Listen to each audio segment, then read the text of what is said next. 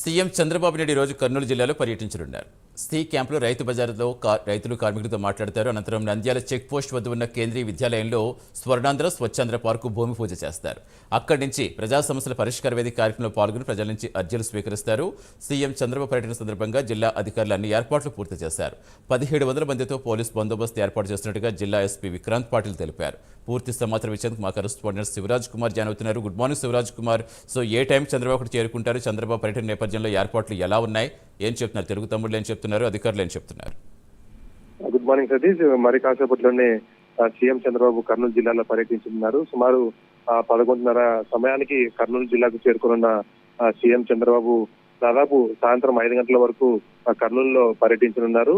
ఏదైతే మొదటిగా సీఎం చంద్రబాబు కర్నూలు చేరుకున్న వెంటనే కర్నూలు నగరంలోని సి క్యాంప్ రైతు బజార్ చేరుకుంటాడు. అక్కడ ఏదైతే స్వచ్ఛాంధ్ర కార్యక్రమంలో సీఎం చంద్రబాబు పాల్గొని ముఖ్యంగా రైతులు అలాగే కార్మికులతో ముఖాముఖి కానున్నారు. దీనికి సంబంధించి ఇప్పటికే ఇటు జిల్లాధికారులు ఏర్పాట్లు పూర్తి చేయడం జరిగింది. అనంతరం నంద్యాల చెక్ పోస్ట్ వద్ద ఉన్న ఏదైతే కేంద్రీయ విద్యాలయం వద్ద దాదాపు స్వచ్ఛాంధ్ర పార్క్ సంబంధించి భూమి పూజ చేయనున్నారు సీఎం చంద్రబాబు. దీని అనంతరం P4 సంబంధించి కొత్త పథకాన్ని రాష్ట్ర ప్రభుత్వం ప్రవేశపెట్టింది.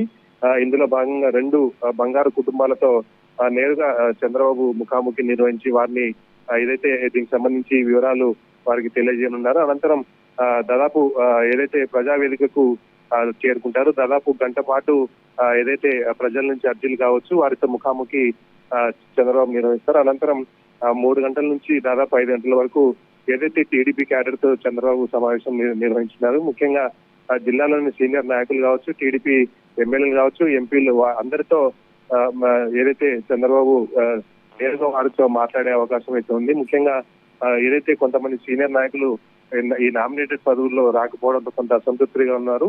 వారిని బుద్ధిగిచ్చే ప్రయత్నం చంద్రబాబు చేయనున్నారు. అయితే ఇప్పటికే ఏదైతే చంద్రబాబుకు సంబంధించిన టూర్ కు సంబంధించి ఇటు హెలిప్యాడ్ కావచ్చు, ఇటు ఎయిర్పోర్ట్ లో కావచ్చు అన్ని ఏర్పాట్లు చేసినట్లుగా జిల్లా ఎస్పీ విక్రాంత్ పాటిల్ చెప్పారు. దాదాపు 1700 మందితో ఏదైతే బందోబస్తు ఏర్పాటు చేసినట్లుగా జిల్లా ఎస్పీ చెప్పడం జరిగింది. ప్రోగ్రాంలు ఎక్కడ ఎలాంటి అవాంఛనీయ ఘటన జరగకుండా ఇటు పోలీసులు కావచ్చు, అటు రెవెన్యూ అధికారులు ముమ్మర ఏర్పాట్లు చేశారు. Satish. Right, thank you Shivaraj Kumar.